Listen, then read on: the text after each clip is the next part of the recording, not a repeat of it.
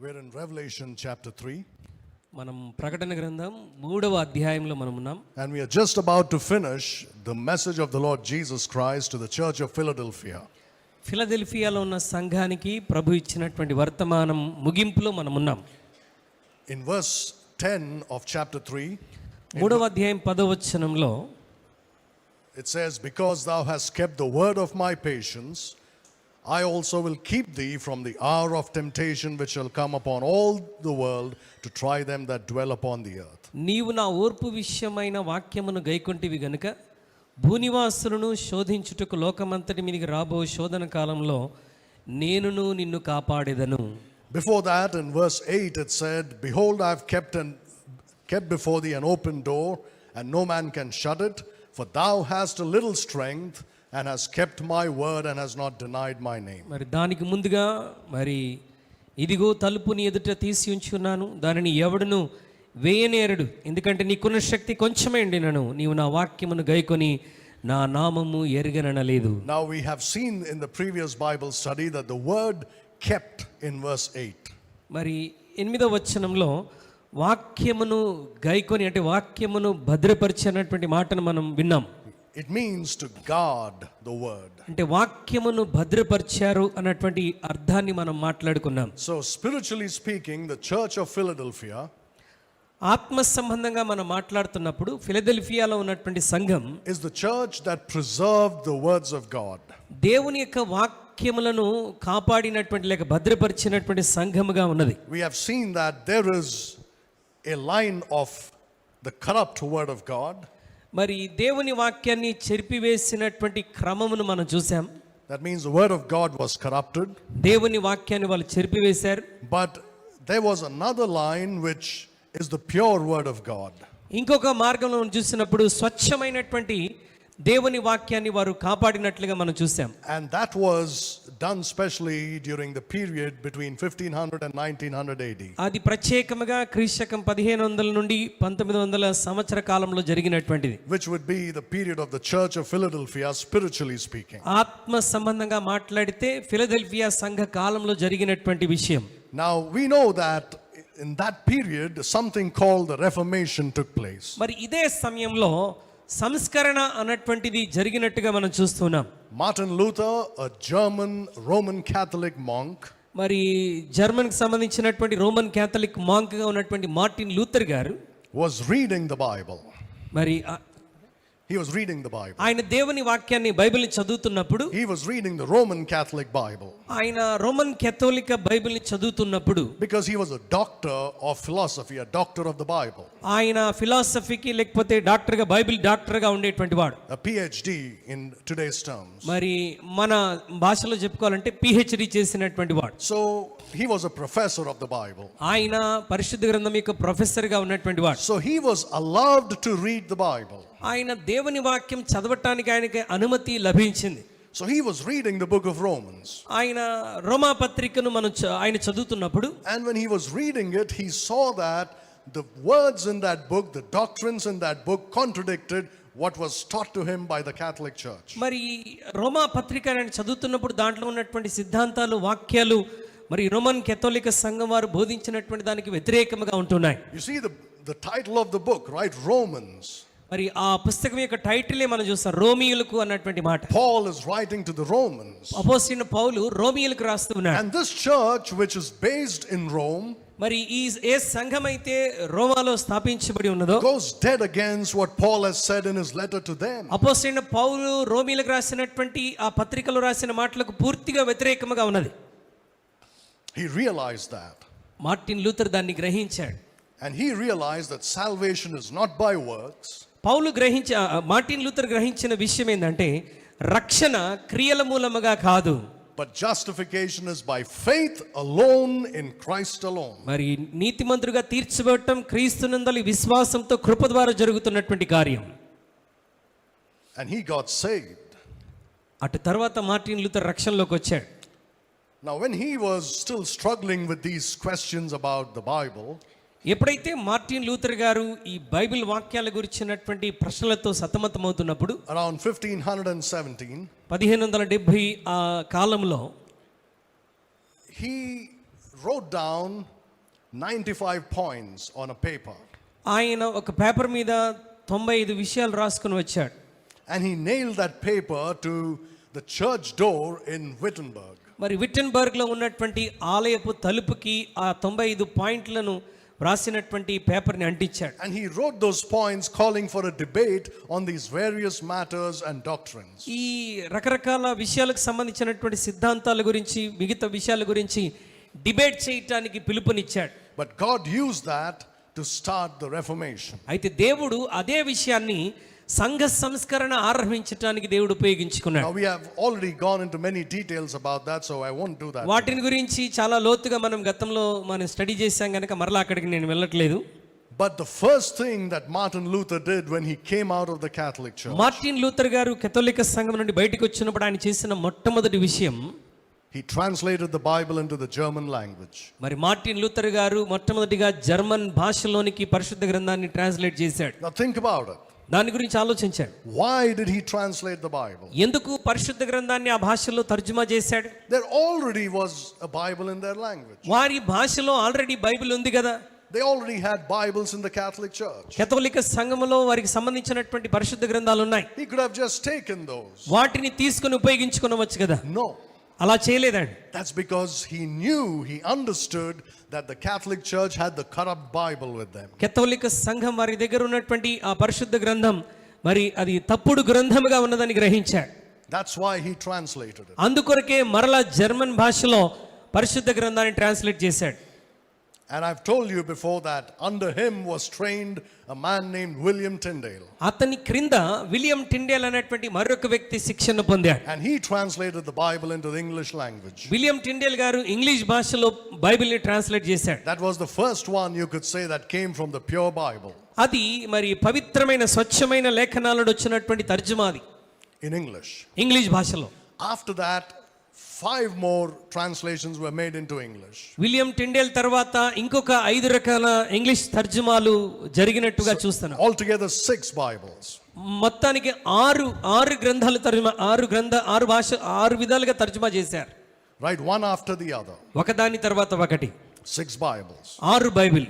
Then finally చివరిగా in 1611 1611 సంవత్సరంలో William Tyndale's prayer was answered. William Tyndale గారి ప్రార్థనకు జవాబు వచ్చింది. And the King of England at that time was a born again Christian. మరి England దేశానికి సంబంధించినటువంటి రాజు ఆ కాలంలో తిరిగి జన్మించిన క్రైస్తవుడిగా ఉన్నాడు. Till then the Catholic Church ruled England. అప్పటి వరకు కథోలిక సంఘమే ఇంగ్లాండ్ ప్రాంతాన్ని కూడా పరిపాలన చేసింది. Just before him there was a queen named Bloody Mary. That's the nickname she has. Bloody Mary. Bloody Mary అన్నటువంటి ఒక రాణి అప్పటి వరకు దేశాన్ని పరిపాలన చేస్తూ వచ్చింది. Why is she called Bloody Mary? ఎందుకు ఆమెకు ఆ బ్లడీ మేరీ అన్నటువంటి పేరు పెట్టారు? Because she shed the blood of Bible believing Christians. Bible వాక్యాన్ని నమ్మినటువంటి అనేక మంది క్రైస్తవుల రక్తపాతాన్ని ఆమె చూసింది. At the orders of the Pope she killed Christians. మరి పోప్ గారి ఆజ్ఞలకు మేరకు ఆమె అనేక మంది క్రైస్తవులను హతమార్చింది. Then came Queen Elizabeth. అటు తర్వాత క్వీన్ ఎలిజబెత్ వచ్చింది. She was a born again Christian. ఆమె కూడా తిరిగి జన్మించిన క్రైస్తవురాలు. King James was a born again Christian. King James గారు కూడా తిరిగి జన్మించిన క్రైస్తవుడు. He was not only a born again Christian, ఆయన తిరిగి జన్మించిన క్రైస్తవుడు మాత్రమే కాదు, but he was a great theologian. ఆయన గొప్ప మరి వేదాంతవేత్తగా ఉన్నటువంటి వాడు. And he was a very godly man. ఆయన చాలా దైవీకముగా ఉన్నటువంటి వ్యక్తి. And he said okay to the proposal that was brought by Christian leaders to translate the Bible. మరి బైబిల్ తర్జుమా కొరకు క్రైస్తవుల నాయకులు తీసుకుని వచ్చినటువంటి అనుమతిని ఆయన అంగీకరించాడు. And as soon as he did that, ఎప్పుడైతే ఆ కార్యాన్ని తను చేశాడో, the first thing the Catholic Church tried to do was to kill him. కథోలిక సంఘం చేసినటువంటి మొట్టమొదటి కార్యం ఏంటంటే వారు అతన్ని చంపాలని ప్రయత్నించారు. So when he went to the parliament, ఆయన ఎప్పుడైతే పార్లమెంట్కి వెళ్ళాడో, they hired an assassin to kill him. మరి ఒక వ్యక్తిని వారు చంపటానికి వారు మరి ఏర్పాటు చేశారు. And he kept a sort of a bomb, we could say, in the parliament. మరి పార్లమెంట్లో తాను ఒక బాంబుని ప్రయోగించాడు. He put gunpowder there and he was going to ignite it. ఆ గన్ పౌడర్ ని పెట్టి దాన్ని వెలిగించడానికి ప్రయత్నించారు. God didn't allow that. That plan failed. అయితే దేవుడు ఆ ప్రణాళికను విజయవంతం అవనివ్వలేదు. ఆ ప్రయత్నం ఓడిపోయింది. So when they failed to kill him, ఎప్పుడైతే అతన్ని చంపటంలో విఫలమైపోయారో the Catholic Church took another approach to destroying his credibility. కథోలిక సంఘం అతన్ని హతమార్చడానికి మరొక మార్గాన్ని ఎంచుకున్నారు. They started attacking his character. మరి అతని యొక్క ప్రవర్తన మీద దాడి చేయటం మొదలుపెట్టారు. They said he's a wicked man. ఇతను చాలా చెడ్డవాడని ప్రచారం చేశారు. They even went to the extent of spreading rumors that he was a homosexual. అతను హోమోసెక్షువల్ పాపంలో ఉన్నటువంటి వాడని అతని గురించి ప్రచారం చేస్తూ వచ్చారు. All sorts of accusations. అతని మీద ఏ నిందలైతే వేయాలో ఆ నిందలన్నింటినీ అతని మీద వేశారు. But God overruled everything. అయితే దేవుడు సమస్తాన్ని అధిగమించడానికి సహాయం చేశాడు. And under his authority, అతని అధికారం క్రింద the King James Bible was translated. King James Bible తర్జుమా చేయబడింది. Some of the greatest, most godly men who ever lived on the earth, మరి భూమి మీద చాలా గొప్పగా దైవీకముగా జీవించినటువంటి వ్యక్తులు, the greatest scholars who ever lived on the earth, మరి భూమి మీద అప్పటి వరకు లేనటువంటి గొప్ప scholars, about 50 of them got together and did this work. 50 మంది ఈ స్కాలర్స్ అందరు కూడా కలిసి వచ్చి ఈ పనిని జరిగించారు. Now think about this. దీని గురించి ఆలోచించండి. Look at God's providence. దేవుని యొక్క సమకూర్పును ఒకసారి చూడండి. How is it possible that so many godly men who were also great scholars lived at the same time in the same country? మరి ఒకే కాలంలో ఒకే దేశంలో మరి ఒకే విధమైనటువంటి ఆలోచన కలిగినటువంటి గొప్ప దైవజనులు ఒక్కచోట నివసించటం అది ఎంత ఆశ్చర్యం ఒకసారి ఆలోచించండి. Never before, never again. దానికి ముందు కానీ దాని తర్వాత కానీ ఎప్పుడు అలాగ జరగలేదు. Some of those men were called walking encyclopedias. మరి వారిలో అనేక మందిని మరి వాకింగ్ ఎన్సైక్లోపీడియా అని వారిని పేరు పెట్టి పిలిచేవారు. That means their knowledge was so great. వారి యొక్క జ్ఞానం చాలా గొప్పదిగా ఉండేటువంటిది. Each of them were familiar with 20-30 languages related to the Bible. వారిలో ప్రతి ఒక్కరు కూడా బైబిల్కి సంబంధించి 20-30 భాషల ప్రావీణ్యత కలిగినటువంటి వారు.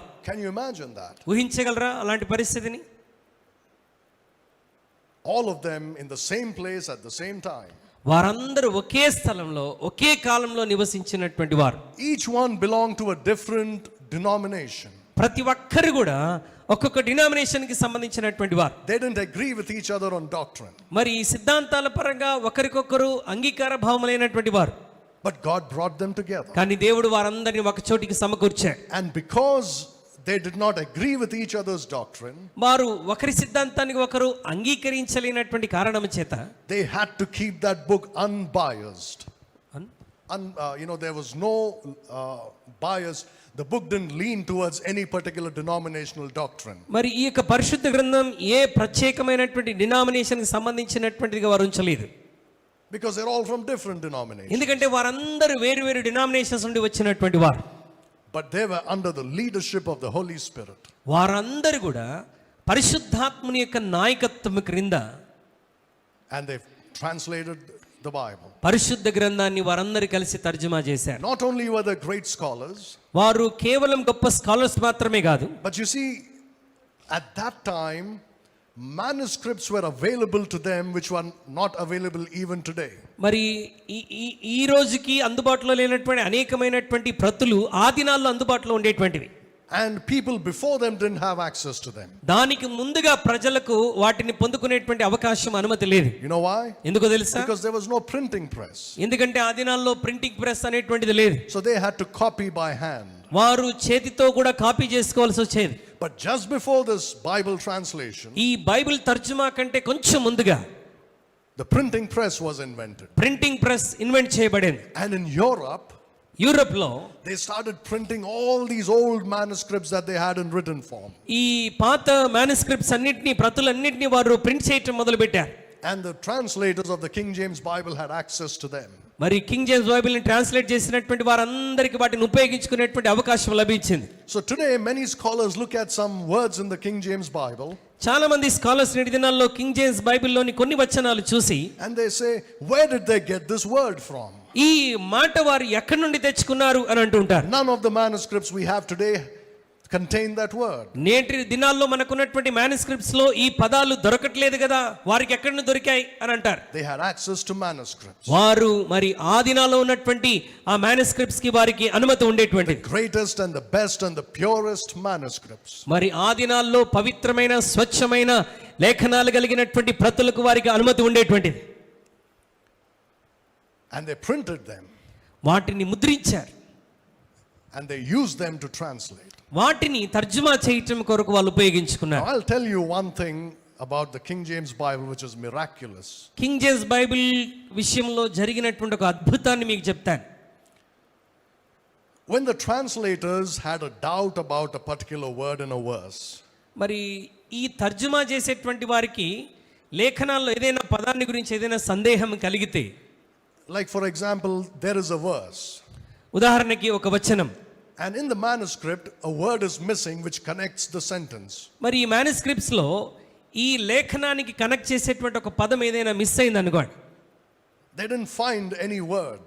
వారు ఆ మాటని ఎక్కడ కనుగొనలేకపోతున్నారు. So according to the context, ఆ నేపథ్యానికి అనుగుణంగా they supplied the word though it's not there in the manuscript. ఆ manuscripts లో లేకపోయినా ఆ నేపథ్యానికి అనుగుణంగా వారు ఆ పదాన్ని అక్కడ సమకూర్చారు. And they put that word in italics, in a slant. మరి వాళ్ళు ఆ పదాన్ని కొంచెం వంకరగా రాసి పెట్టేటువంటి వారు. So the rest of the script is straight, but that word which is not there in the manuscript is slanted. మిగతా పదాలన్నీ స్ట్రైట్ గా ఉండేటువంటి నిలువుగా ఉండేటువంటివి. మరి ఏ పదం అయితే అక్కడ చేర్చారో ఆ పదం కొంచెం వంకరగా రాసి పెట్టేటువంటి వారు. Because they were honest, they said this is not there in the old manuscript. ఎందుకంటే వారు యథార్థంగా ఒప్పుకొని ఆ మాటను రాసినట్టుగా తెలియజేసేటువంటి వారు ఇది manuscripts లో లేదు, ఆ నేపథ్యాన్ని బట్టి మేము అక్కడ చేర్చామని మనం అర్థం చేసుకోవడానికి. But you know what happened? కానీ ఏం జరిగింది తెలుసా? More than 100 years after the King James Bible was finished, king James Bible తర్జుమా చేయబడిన 100 సంవత్సరాల తరువాత they found new manuscripts. వారు మరొక నూతన manuscript ని కనుగొన్నారు. And in those manuscripts, ఆ manuscripts లో they had the exact same words which they had supplied. మరి వారు ఏ పదాన్నైతే దొరకక అక్కడ సమకూర్చారో అదే పదం ఆ manuscripts లో కనుగొనడం చాలా ఆశ్చర్యం కలగజేసింది. Not one or two. ఒకటి రెండు పదాలు కాదండి, అలాగా Talking about thousands of words. వేల కొలది పదాలు వారు manuscripts లో కనుగొన్నారు. Isn't that God's leading? ఇదంతా కూడా దేవుని యొక్క నడిపింపు అని మనకు అర్థం అవట్లేదా? It was a miracle. అది నిజంగా అద్భుతం, దేవుని యొక్క నడిపింపు. That was God bringing light into the world in the dark ages. అంటే ఈ చీకటి యుగంలో చీకటి కాలంలో దేవుడు లేఖనాలకు సంబంధించినటువంటి వెలుగును తీసుకుని వచ్చాడు. Why the King James Bible? ఎందుకు కింగ్ జేమ్స్ బైబిలే? Because it comes from the pure manuscripts. ఎందుకంటే ఇది స్వచ్ఛమైనటువంటి పవిత్రమైన manuscripts నుండి వచ్చినటువంటిది. Secondly, రెండవది, England was just becoming a world power at that time. మరి ఇంగ్లాండ్ ఆ దినాల్లో ప్రపంచ ప్రఖ్యాతిగాంచినటువంటి శక్తివంతమైన దేశంగా గుర్తింపు పొందేటువంటిది. And it started invading many other countries. ఈ అనేకమైనటువంటి దేశాలను నడిపించేటువంటి క్రమంలోనికి వచ్చింది. Right? There were many powerful countries in Europe. మరి యూరోప్ లో అనేకమైన శక్తివంతమైన దేశాలు ఉన్నాయి. But England became the most powerful. కానీ ఇంగ్లాండ్ చాలా శక్తివంతమైన దేశంగా పేరు పొందింది ఆ దినాల్లో. And because of that, English became like the universal language of the world. దానిని బట్టి ఇంగ్లీష్ భాష ప్రపంచ ప్రఖ్యాతిగాంచినటువంటి భాషగా గుర్తింపులోనికి వచ్చింది. You see, God knew beforehand English is going to be the world language. దేవునికి ముందే తెలుసు ఇంగ్లీష్ భాష ప్రపంచ ప్రఖ్యాతిగాంచిన భాషగా ఉండబోతున్నదని దేవుడు ముందుగానే గ్రహించాడు. And he gave the pure Bible in the world's language. అందుకొరకే పవిత్రమైన లేఖనాలను ప్రపంచమంతా ఉపయోగించే భాషలోనికి దేవుడు ఇచ్చాడు. Today, ఈ రోజు even if you go to a remote village in Telangana, నీవు తెలంగాణ ప్రాంతంలోని ఏ మారుమూల గ్రామానికి వెళ్ళినా people will use English words in their conversation. మరి ప్రజలు వారు సంభాషణలో ఇంగ్లీష్ పదాలని తప్పకుండా వాడతారు. Have you seen that? చూసారా మీరు? They may not know how to speak English, వారికి ఇంగ్లీష్ ఎలా మాట్లాడాలో తెలియకపోవచ్చు, but they know certain words and they have become a part of their own language. English భాష రాకపోయినా వారికి కొన్ని పదాలు తెలుసు గనుక వారి స్వభాషలో మాట్లాడుతూ కొన్ని ఇంగ్లీష్ పదాలు వాడతారు తప్పకుండా. For some things there are no indigenous words. We use English words. ఎందుకంటే కొన్ని పదాలు వారి స్వభాషలో మాతృభాషలో దొరకవు గనుక తప్పక ఇంగ్లీష్ పదాలు వాడవలసి వస్తుంది. Even in your Telugu Bible, మీ తెలుగు బైబిల్లో కూడా there are English words. Did you know that? కొన్ని ఇంగ్లీష్ పదాలు ఉన్నాయి మనం గమనిస్తే. Have you read the word spongy? స్పంజి అన్నటువంటి మాటను చదివారా? Sponge. It's an English word. అది ఇంగ్లీష్ మాట. Have you read the word mile? మైలు. మైలు అన్నటువంటి మాటను చదివారా? Miles. It's an English word. Mile, 2 మైళ్ళు 3 మైళ్ళు అని అంటుంటాం కదా. It's there in your Telugu Bible. ఆ తెలుగులో లేదు ఆ పదం, ఇంగ్లీష్ పదాన్ని పెట్టుకున్నాం. Even your word Christu, for example. Christu. క్రీస్తు అన్నటువంటి మాట, It's not a Telugu word. క్రీస్తు అన్నటువంటి మాట తెలుగు మాట కాదు, It is from English. English మాట. Christ, Christ, which comes from the Greek, Latin and then Greek. మరి లాటిన్ నుండి గ్రీక్ నుండి వచ్చినటువంటి పదం అది. The universal language is English. ప్రపంచవ్యాప్తంగా వాడబడుతున్నటువంటి భాష ఇంగ్లీష్ భాష. And God gave the pure Bible in the English language in the Philadelphia church. దేవుడు పవిత్రమైన లేఖనాలను ఫిలదెల్ఫియా సంఘము ద్వారా, అంటే ఫిలదెల్ఫియా సంఘ కాలంలో దేవుడు సంఘానికి ఇచ్చాడు. Thou hast a little strength and hast kept my word. నీకున్న శక్తి కొంచెమైండునను నీ వాక్యమును భద్రపరిచావు. And do you know what happened after that? దాని తర్వాత ఏం జరిగింది తెలుసా? After the King James Bible was translated in 1611. మరి 1611లో కింగ్ జేమ్స్ బైబిల్ తర్జుమా చేయబడిన తరువాత, it's like not only did light come gushing down into this dark world, ఈ చీకటి లోకంలోనికి దేవుని వాక్యం మరి ఒక మెరుపు వలె, ఒక వెలుగు వలె భూమి మీదకి వచ్చినప్పుడు, but the power of God was unleashed upon the earth. మరి భూమి అంతటి మీద దేవుని యొక్క శక్తి ప్రబలుతూ వచ్చింది. There were people known as the Puritans in those days. Puritans. మరి ఆ దినాల్లో ఈ లేఖనాలను భద్రపరిచినటువంటి వారు ప్యూరిటన్స్ అని పిలువబడేటువంటి వారు. Puritans, the word comes from the word pure. Puritans అన్నటువంటి మాట ప్యూర్ అన్న పదం నుండి వచ్చినటువంటిది. They were living pure lives. వారు పవిత్రమైన జీవితాన్ని జీవిస్తూ వచ్చారు. And never before did the world see such holy people. దానికి ముందు ఇంత పవిత్రమైనటువంటి భక్తులను, ప్రజలను ప్రపంచం ఎన్నడూ చూడలేదు. And the Puritans, even though their doctrines may have been different, వారి యొక్క సిద్ధాంతాలు కొంచెం వేరువేరుగా ఉన్నప్పటికీ కూడా, they had this book, the King James Bible. ఈ ప్యూరిటన్స్ అందరూ కూడా తర్జుమా చేయబడినటువంటి కింగ్ జేమ్స్ బైబిల్ని కలిగి ఉన్నారు. And this was the book that gave birth to the Puritan movement. మరి ఈ ఈ ఈ పుస్తకమే ప్యూరిటన్స్ కి జన్మనిచ్చినట్టుగా మనం చూస్తూ ఉంటాం. You don't see such people anymore. అలాంటి ప్రజల్ని ఇప్పుడు మనం ఎక్కడ చూడట్లేదండి. They are not there anymore. భూమి మీద అలాంటి భక్తులు ఎవరు లేరు. Their books are available if you are interested in reading. మీరు చదవటానికి ఆసక్తి ఉంటే వారి పుస్తకాలు అందుబాటులో ఉన్నాయి. But I can guarantee you that after 1 or 2 pages you'll throw that book away. నేను ఖచ్చితంగా చెప్పగలను, వారి పుస్తకాలు మీరు చదువుతుంటుండగా 1-2 పేజీలు చదివిన తర్వాత మీరు పుస్తకాన్ని పక్కన పడేస్తారు. Most of them are the sermons they preached. వాటిలో ఎక్కువ శాతం వారు ప్రసంగించినటువంటి ప్రసంగాలు దాంట్లో రాయబడి ఉన్నాయి. So while they were preaching, people would write down word to word. వారు ప్రసంగిస్తున్నప్పుడు ప్రతి మాటను, వారి నోటి నుండి వచ్చే ప్రతి మాటను ప్రజలు రాసి పెట్టేటువంటి వారు. And a collection of those sermons would become a book. ఆ కలెక్షన్స్ అన్ని కూడా కలిపి ఒక పుస్తకముగా ముద్రించారు. They would preach for 2 to 3 hours. వారి యొక్క ప్రసంగాలు దాదాపు 2 నుండి 3 గంటల వరకు ఉంటాయి.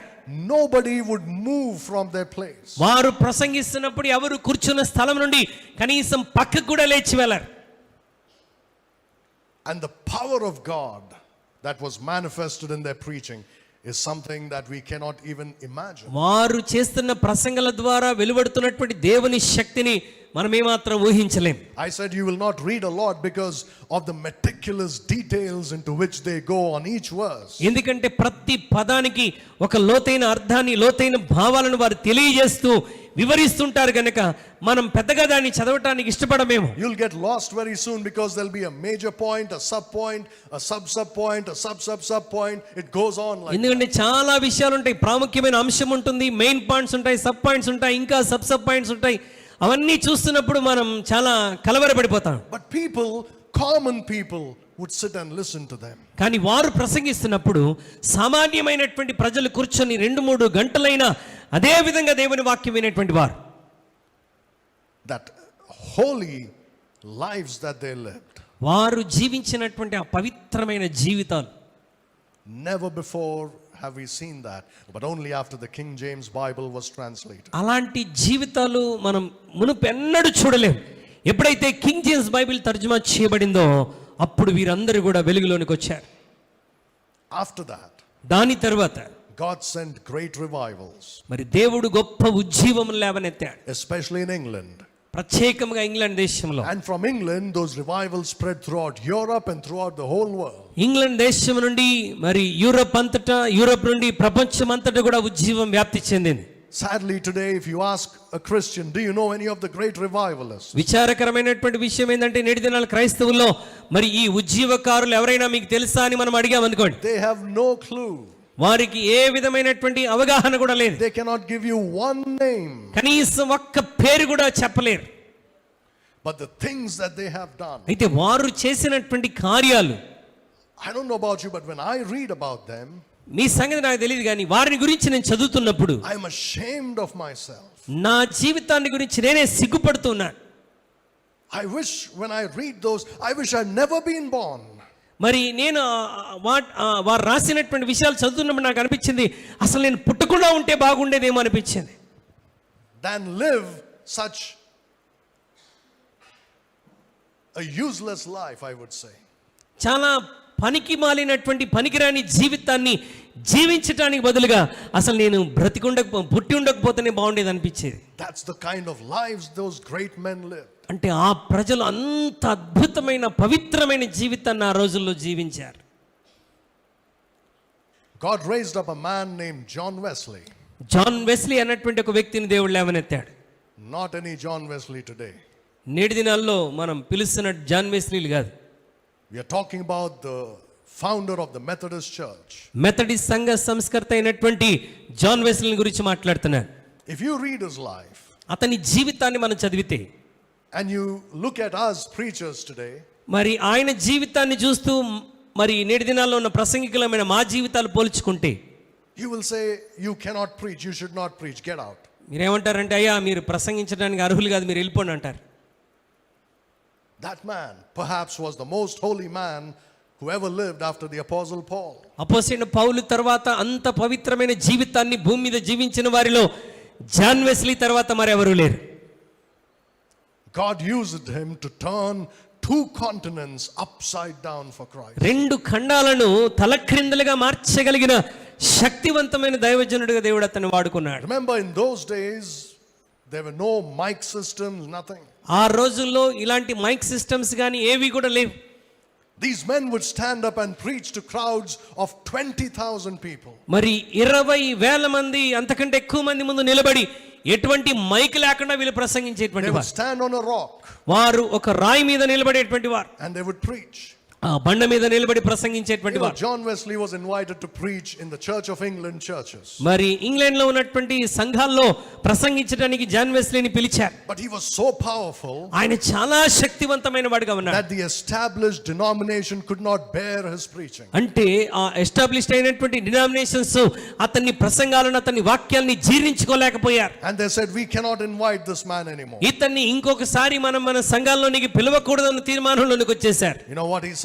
ఏం చెప్పాడు తెలుసా? He said, the world is my church. మరి ప్రపంచమంతా నా సంఘం అని చెప్పేటువంటి వాడు. And he went out into the fields and he preached to the poor working people. ఆయన పొలంలోనికి వెళ్ళి అక్కడ పనిచేస్తున్నటువంటి పేద ప్రజలకు సువార్తను ప్రకటించేటువంటి వాడు.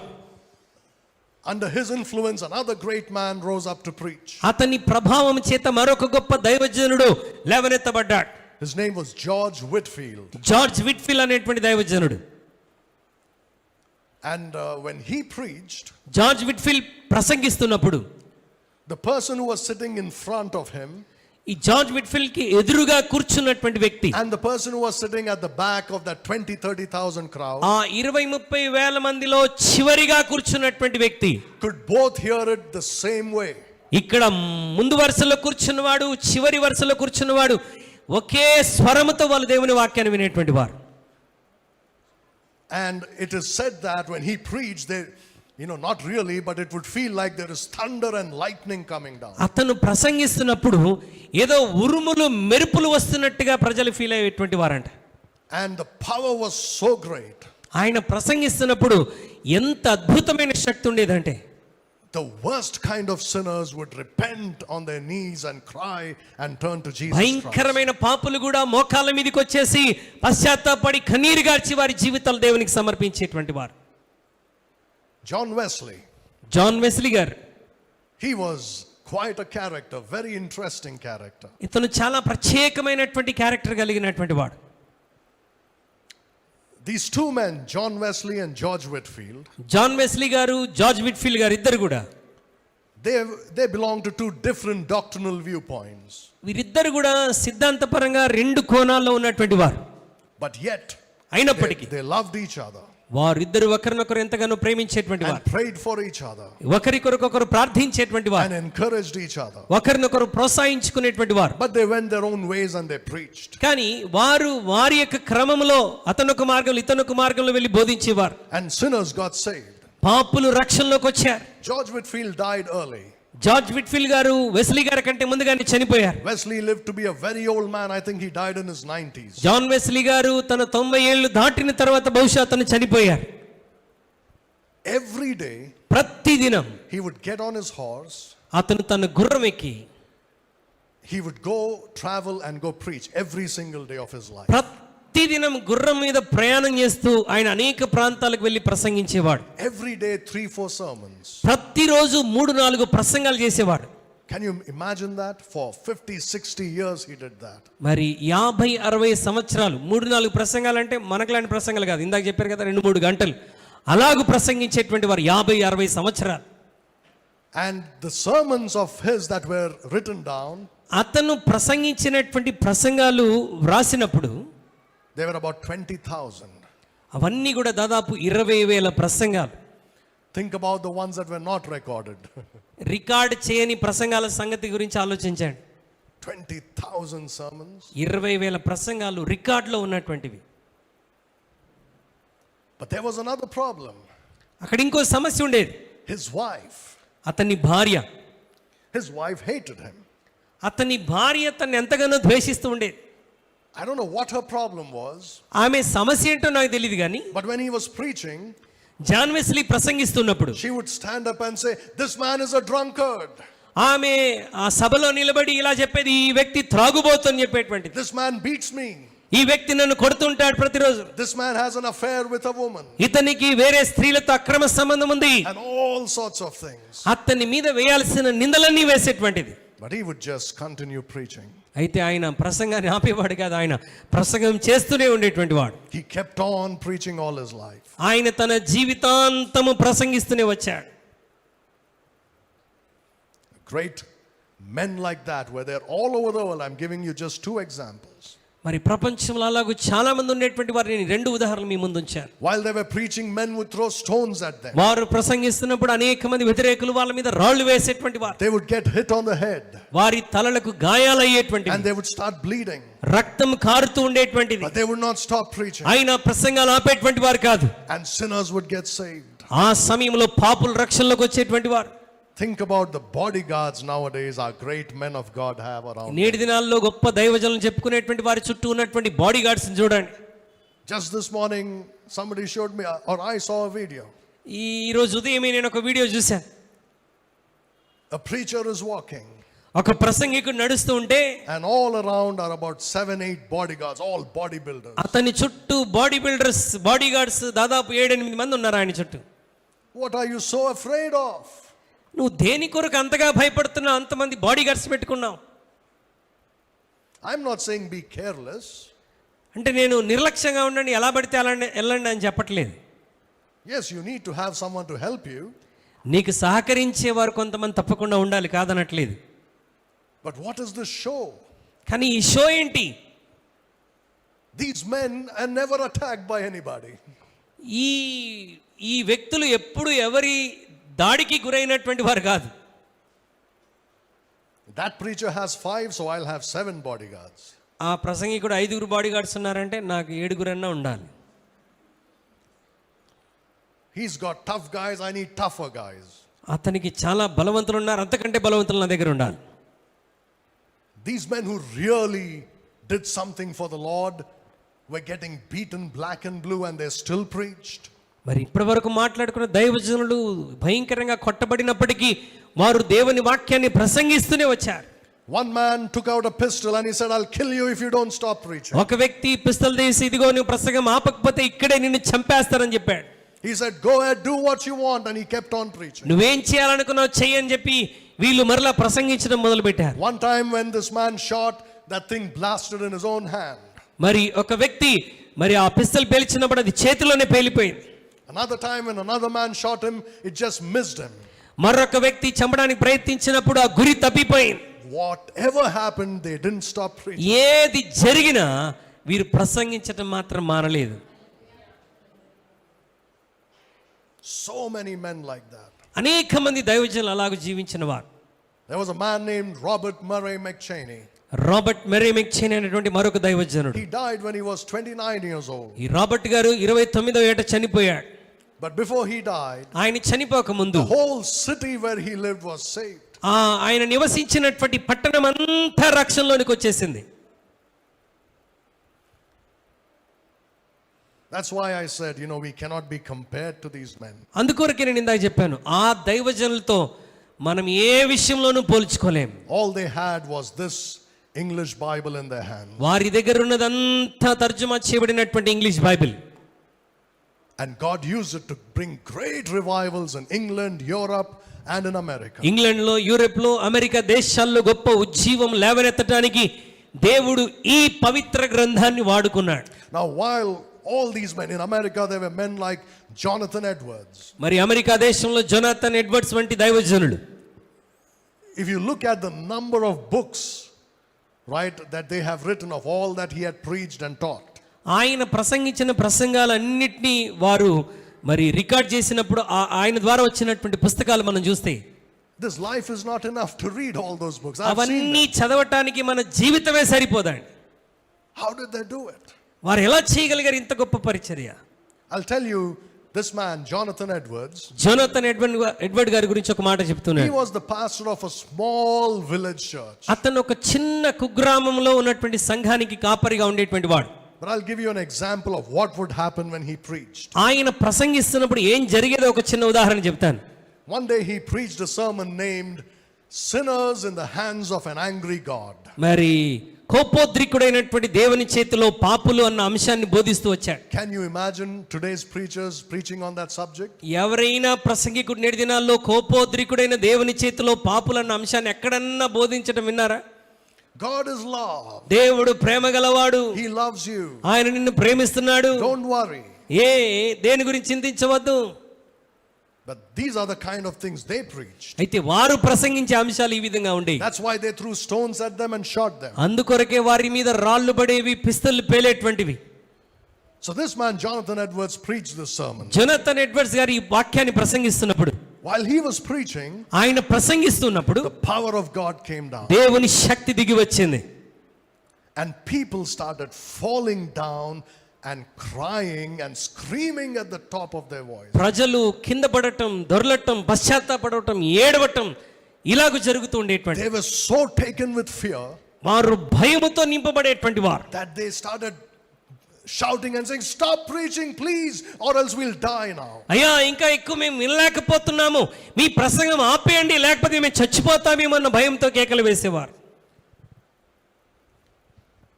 I read that sermon of Jonathan Edwards, Sinners in the Hands of an Angry God. Sinners in the hands of angry God అన్న ప్రసంగాన్ని నేను కూడా చదివాను. Nothing great about it. దానిలో గొప్ప సంగతి ఏమీ లేదండి. Simple truths. సాధారణమైన సత్యాలు దాంట్లో ఉన్నాయి. But the power of God. కానీ వారు ప్రసంగిస్తున్నప్పుడు దిగి వచ్చిన దేవుని శక్తి. You know why? ఎందుకో తెలుసా? They had the pure word of God with them. వారి దగ్గర పవిత్ర లేఖనాలు ఉన్నాయి. So many of them. అనేక మంది అలాగున. Then came, after the great revivals, మరి ఈ ఉజ్జీవము తర్వాత the missionary movements came. Missionary movements వచ్చాయి. I've mentioned this before. వీటి గురించి ఇంతకుముందు కూడా మనం మాట్లాడుకున్నాం. Right, we know William Carey who came to India. మరి మనం మాట్లాడుకున్నట్టు విలియం కేరీ గారు భారతదేశానికి వచ్చాడు.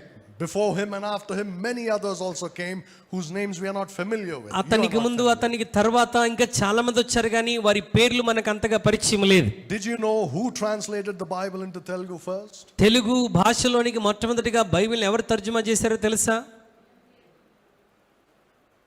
Well, William Carey and his group did it. William Carey అతని యొక్క గ్రూప్ చేశారు, కానీ There were other missionaries. వేరే మిషనరీస్ ఉన్నారు. The Bible you have in your hands today ఈ రోజు మీ చేతుల్లో ఉన్నటువంటి Bible is not the one that came from William Carey. William Carey గారి దగ్గర నుండి వచ్చినటువంటి బైబిల్ కాదు ఇది. These men used William Carey's Bible also, మరి ఈ ప్రజలు విలియం కేరీ గారు తర్జుమా చేసిన బైబిల్ని కూడా వాడుకుని but they did their own translation. వారు వారి సొంత ట్రాన్స్లేషన్ చేశారు. There were two men basically. మరి ప్రాముఖ్యంగా ఇద్దరు వ్యక్తులు. One man's name was Gordon, garden అనేటువంటి వ్యక్తి, another man's name was Pritchett. ప్రిచర్ట్ అనేటువంటి వ్యక్తి.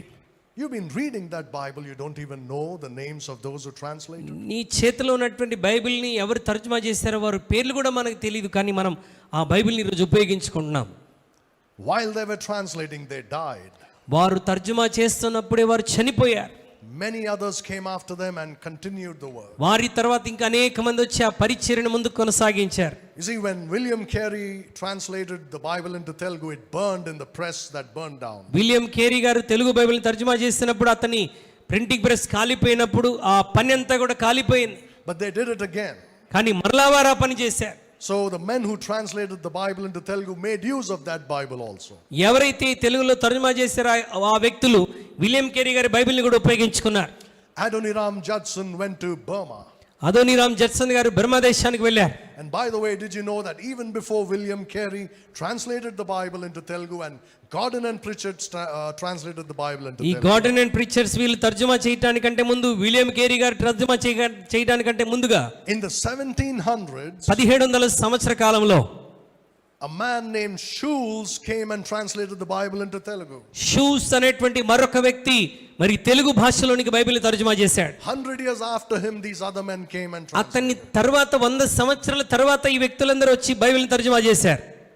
There were some soldiers working in the East India Company east India కంపెనీలో పనిచేస్తున్నటువంటి కొంతమంది సైనికులు who were stationed in then Andhra, వారు అప్పుడు ఉన్నటువంటి ఆంధ్రాలో వారు నివసించినప్పుడు and they translated the Bible into Telugu. వారు తెలుగు భాషలో బైబిల్ని తర్జుమా చేశారు. Many men like that. అనేక మంది వ్యక్తులు ఆ విధంగా పనిచేశారు. Which Bible did they translate? వారు ఏ బైబిల్ని తర్జుమా చేశారు? They translated the same from the same manuscripts as the King James Bible. మరి కింగ్ జేమ్స్ బైబిల్కి ఉన్నటువంటి manuscripts లో నుంచే వారు తెలుగు బైబిల్ని కూడా తర్జుమా చేశారు. Hudson Taylor went to China. Hudson tailor గారు చైనా దేశానికి వెళ్ళారు. But I just mentioned Adoniram Judson went to Burma. మరి బర్మాకు వెళ్ళినటువంటి అదోనీరామ్ జడ్సన్ గురించి ఇందాక ముందు నేను జ్ఞాపకం చేశాను. They were savage people in those days. ఆ దినాల్లో చాలా భయంకరమైన వాళ్ళు ప్రయాణాలు చేస్తూ ఉండేటువంటి వారు. You know, those people were not, they were like people from the forest. వారు అడవుల్లో నివసించేటువంటి ప్రజలు. This man went and he preached to them. Adoniram Judson గారు వెళ్ళి వారికి సువార్తను ప్రకటించేవాడు. He translated the Bible into the Burmese language. మరి Burma భాషలో అతను బైబిల్ని తర్జుమా చేశాడు.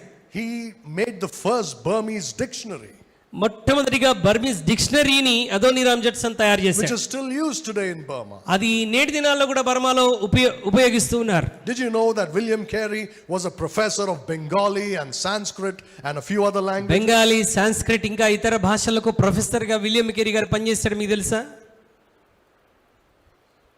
All because that book drove them to do these things. ఈ కార్యాలన్నీ చేయటానికి పరిశుద్ధ గ్రంథం వారిని ముందుకు నడిపించింది. The things they have done are not ordinary things. ఈ దైవజనులు చేసినటువంటి కార్యాలు ఏదో చిన్న చిన్న కార్యాలు కాదండి. You should read about them వారిని గురించి మీరు చదవాలి. and learn about them. వారిని గురించి వారు చేసిన పరిచర్య గురించి మనం తెలుసుకోవాలి. Hudson Taylor went to China. Hudson tailor గారు చైనా దేశానికి వెళ్ళారు. He established a great mission, translated the Bible into the Chinese. మరి అతను మరి చైనా భాషలోనికి పరిశుద్ధ గ్రంథాన్ని తర్జుమా చేశాడు. And they persecuted him and tried to kill him so that he and his family had to run away. China దేశంలోని ప్రజలు అతన్ని హింసించి చంపడానికి ప్రయత్నం చేస్తే అతను కుటుంబంతో సహా పారిపోవలసి వచ్చింది. He was a great godly man. చాలా గొప్ప భక్తి కలిగిన దైవజనుడు. David Livingstone, I'm sure you heard, went to Africa. మరి డేవిడ్ లివింగ్స్టన్ గారి గురించి మీరు వినుంటారు. ఆఫ్రికా ఖండానికి మిషనరీగా వెళ్ళాడు. In those days when there were no trains, no buses, ఆ దినాల్లో ట్రైన్లు గాని బస్సులు గాని ఏమీ లేవు. he traveled from one end of Africa to another end, Africa దేశంలో ఒక మూల నుండి ఇంకొక చివరి వరకు ఆయన ప్రయాణం చేశాడు. preaching and winning souls. సువార్తను ప్రకటిస్తూ ఆత్మలు రక్షిస్తూ ప్రయాణం చేశాడు. He spent all his life there. తన జీవితం అంతా ఆఫ్రికాలోనే గడిపేశాడు. After many years, అనేక సంవత్సరాల తర్వాత his family and friends were concerned, where is David Livingstone? మరి ఆ ఫ్యామిలీ కుటుంబస్తులందరూ స్నేహితులందరూ మరి అతని మీద శ్రద్ధ వహించి అతను ఎక్కడున్నాడని వెతికారు. They went searching for him. అతన్ని వెతకటం మొదలు పెట్టారు. And they started asking, did you see this white man? ఈ తెల్ల వ్యక్తిని మీరు ఎప్పుడైనా చూసారని అక్కడ ఉన్న ప్రజలందరూ అడుగుతూ They వెళ్తున్నారు. said, yeah, he came and preached here. See, these people got saved. ఆయన ఇక్కడికి వచ్చి ప్రసంగించాడు, ఇదిగో వీళ్ళందరూ రక్షణలోకి వచ్చారని పరిచయం And చేశారు. after this, he went to another place. ఇంకా ఇక్కడ ప్రసంగించిన తర్వాత ఇంకో గ్రామానికి వెళ్ళాడు. So they went searching for him. Everywhere he went, people were saved. వారలా వెతుక్కుంటూ అనేక గ్రామాలు వెళ్తున్నారు, ప్రజలు సాక్ష్యం ఇస్తూనే ఉన్నారు. When he became sick, ఆయన అనారోగ్యానికి గురైనప్పుడు men would carry him on sticks so that he could go and preach. మరి అతను వెళ్ళి ప్రసంగించడానికి అనారోగ్యం వచ్చిన ఆపేవాడు కాదు. ప్రజలు అతన్ని కర్రల మీద మోసుకొని వెళ్ళేటువంటి వారు ఆయన అక్కడికి వెళ్ళి So ప్రసంగించేవారు. these people finally found him. ఆ తర్వాత ఈ కుటుంబస్తులు స్నేహితులు మరి ఇతన్ని కనుగొన్నారు. They found him in a small makeshift hut. మరి డేవిడ్ లివింగ్స్టన్ గారిని ఒక చిన్న గుడిసెలో ఉండటం అతన్ని చూశారు. He was kneeling అతను మోకరించి ఉన్నాడు. and praying. మోకరించి ప్రార్థిస్తుండడం చూశారు. He was dead. ఆ తర్వాత ఆయన చనిపోయాడు. He was dead already and he was in that position. ఆయన మోకరించి మోకాళ్ళ మీదనే ఉండి చనిపోయిన స్థితిలో అతన్ని కనుగొన్నారు. When they found him, he was dead. వారు అతన్ని కనుగొనేసరికి అతను ఆల్రెడీ మోకాళ్ళ మీద ఉండి చనిపోయి ఉన్నాడు. ఎప్పుడు చనిపోయాడో తెలియదు. They took his body back to England. అతని శరీరాన్ని ఇంగ్లాండ్ దేశానికి తీసుకుని వెళ్ళారు. But some of these people from Africa went there Africa దేశంలో ఉన్నటువంటి కొంతమంది ప్రజలు అక్కడికి వెళ్ళారు. and they said, we have a request from you. మరి మీ అందరికీ మా యొక్క విన్నపం ఏంటంటే, We beg you for this thing. దీని గురించి మేము బ్రతిమలాడుకుంటున్నాం. David Livingstone loved Africa. David Livingstone గారు ఆఫ్రికా దేశాన్ని ఎంతగానో ప్రేమించారు. He loved so much that he lived there and died there. అతను ఎంతగా దేశాన్ని ప్రేమించాడనంటే ఆయన ఆఫ్రికా దేశంలోనే జీవించాడు, సేవ చేశాడు, అక్కడే చనిపోయాడు. Now you have brought his body back. మీరు ఇప్పుడు అతని శరీరాన్ని ఇంగ్లాండ్ తీసుకొని వచ్చారు. At least give us his heart that we may take it and bury it in Africa. కనీసం మీరు శవాన్ని అంతటిని ఇక్కడ పాతిపెట్టినా అతని గుండెను మాకివ్వండి, మేము తీసుకుని వెళ్ళి ఆఫ్రికా దేశంలో పాతి పెడతాం. Because his heart was in Africa. ఎందుకంటే అతని హృదయం అంతా ఆఫ్రికా ఖండం మీదనే ఉన్నది. He went to Africa with one book in his hand and that's the King James Bible. అతను ఒక పుస్తకంతో అతని చేతిలో తీసుకుని ఆఫ్రికా దేశానికి వెళ్ళాడు. ఆ పుస్తకమే పరిశుద్ధ గ్రంథమైనటువంటి Today Bible. there are so many Christians in African countries. నేటి దినాల్లో ఆఫ్రికా దేశంలో ఎంతో మంది క్రైస్తవులు ఉన్నారు. The reason for that is the seeds were sown by David Livingstone. దానికి కారణం సువార్త విత్తనాలు వెదజల్లిన డేవిడ్ లివింగ్స్టన్ గారు. There was a man named David Brainerd in America. America దేశంలో డేవిడ్ బ్రైనార్డ్ అనేటువంటి మరొక మిషనరీ, A young man. చాలా యవనస్తుడు. And he came under great conviction of sin and he got saved. ఆయన తన పాపాన్ని గురించి భయంకరమైన ఒప్పుకోల్లోనికి వచ్చేసి రక్షణలోకి వచ్చాడు. And he said, I'm going to go and preach this gospel to everybody. నేను ఈ సువార్తను అందరి దగ్గరికి వెళ్ళి ప్రకటిస్తానని తీర్మానం చేశాడు. But God led him to the Indians in America, not us Indians, but the American Indians. దేవుడు అతన్ని అమెరికాలో ఉన్నటువంటి భారతీయుల దగ్గరికి తీసుకుని వెళ్ళాడు. No, not Indian. I don't know how to. The Native Americans. మరి నేటివ్ అమెరికన్స్ దగ్గరికి అతన్ని తీసుకుని వెళ్ళాడు. Right, the Native Americans look different than the American people, the original Americans. Original Americans కి వీళ్ళకి చాలా వ్యత్యాసం ఉండేటువంటి. Right, they live in mountains and in forests. వారు కొండల్లో అడవుల్లో నివసించేటువంటి వారు. And they didn't mix with the American people. వీరు అక్కడ ఉన్నటువంటి అమెరికా ప్రజలతో కలిసిపోయేవారు కాదు. Nor would the Americans, of course, mingle with them. ఇప్పుడు అమెరికా దేశస్తులు వారితో కలిసిపోతూ ఉంటారు. కానీ ఆ దినాల్లో వారు కలిసేటువంటి వారు కాదు. Because you see, the white man came and occupied the land, they didn't like it. ఎందుకంటే తెల్లవాడు వచ్చి భూమిని మరి స్వాధీనపరచుకోవడం వారికి ఇష్టం ఉండేది కాదు. So they didn't have much of a relationship with them. వారికి ఎక్కువ సంబంధాలు ఉండేటువంటివి కాదు. David Brainerd went to those people. David Brainerd ఆ ప్రజల దగ్గరికి వెళ్ళాడు. He went into the forest and lived there. అతను అడవుల్లోనికి కొండల్లోనికి వెళ్ళి వారి దగ్గర నివసించాడు. When he first went there, ఆయన మొట్టమొదటిసారిగా అక్కడికి వెళ్ళినప్పుడు he didn't know the language. వారి భాష ఏంటో అతనికి తెలియదు. He just had the King James Bible with him. అతని చేతిలో కింగ్ జేమ్స్ బైబిల్ మాత్రమే ఉండేది. He prayed and said, Lord, give me a translator. ఆయన ప్రార్థించి దేవుణ్ణి అడిగాడు, ప్రభువా నాకు ఒక ట్రాన్స్లేటర్ ఇవ్వండి. He went and asked those people, is there anybody who can understand English? ఇక్కడ ఎవరైనా మీలో ఇంగ్లీష్ అర్థం చేసుకునే వాళ్ళు ఎవరైనా ఉన్నారా? Who can help me as I speak to you? నేను మీతో మాట్లాడడానికి అలా ఎవరైనా ఉంటే తర్జుమా చేయడానికి నాకు సహాయం చేయండి. They said, they pointed to one guy there. వారందరూ ఒక వ్యక్తి వైపు వేలు చూపించారు. And that fellow was on the ground. He was drunk. ఆ వ్యక్తి నేల మీద పడి బొర్లుతున్నాడు, ఫుల్గా తాగి పడిపోయి ఉన్నాడు. David Brainerd said, thank you, Lord. David Brainerd గారు దేవానికి స్తోత్రం అని చెప్పాడు. He went and he lifted him up and said, come and translate. ఆ తాగి పడిపోయిన వ్యక్తిని లేపి తీసుకొని వచ్చి నేను చెప్పే విషయాలు ట్రాన్స్లేట్ చేయమని చెప్పాడు. And that drunken man translated while he preached the gospel. మరి ఈయన ప్రసంగిస్తా ఉంటే ఆ త్రాగుబోతు తర్జుమా చేసేటువంటి వాడు. Thank God for good translators today. ఈ రోజు ఉన్నటువంటి మంచి ట్రాన్స్లేటర్స్ బట్టి దేవునికి స్తోత్రం. But people got saved. కానీ ఆ దినాల్లో ప్రజలు రక్షణలోకి వచ్చారు. As he preached and this drunken man translated, they fell down and repented and trusted అతను Jesus. ప్రసంగిస్తున్నప్పుడు ఈ త్రాగుబోతు తర్జుమా చేస్తూ ఉన్నాడు. దేవుని వాక్యపు శక్తి వారిని తాకి వారు కిందపడి ఏడుస్తూ పాపాలు ఒప్పుకుంటూ రక్షణలోకి వచ్చారు. Hundreds of them got saved. వందల కొలది ప్రజలు రక్షణలోకి వచ్చారు. But you see, David Brainerd was a very frail and weak man. David Brainerd చాలా సన్నగా బలహీనముగా ఉండేటువంటి వ్యక్తి. And very soon he fell sick in the forests. అతి త్వరలోనే అతను అడవిలోనే అనారోగ్యానికి గురయ్యాడు. Same thing with him. They would carry him like that and he would preach to them. David Brainerd ని కూడా కర్రల మీద మోసుకొని వెళ్తే ఎక్కడికి వెళ్తే అక్కడ వెళ్ళి ఆయన సువార్తను ప్రకటించేవాడు. He died as a very young man in those forests. చాలా యవనస్తుడిగా ఆ అడవుల్లోనే తన ప్రాణాన్ని విడిచిపెట్టాడు. If you read his life story అతని జీవిత చరిత్రను మీరు చదివితే, and the life story, the biography of Adoniram Judson, Adoniram Judson గారి బయోగ్రఫీని కూడా మీరు I చదవగలిగితే, can promise you, నేను ఖచ్చితంగా మీకు వాగ్దానం చేస్తున్నాను, every word you read, you cannot read without shedding tears. మరి మీరు చదివే ప్రతి లైన్ కన్నీరు కార్చకుండా చదవలేరని నేను గ్యారంటీ ఇస్తున్నాను.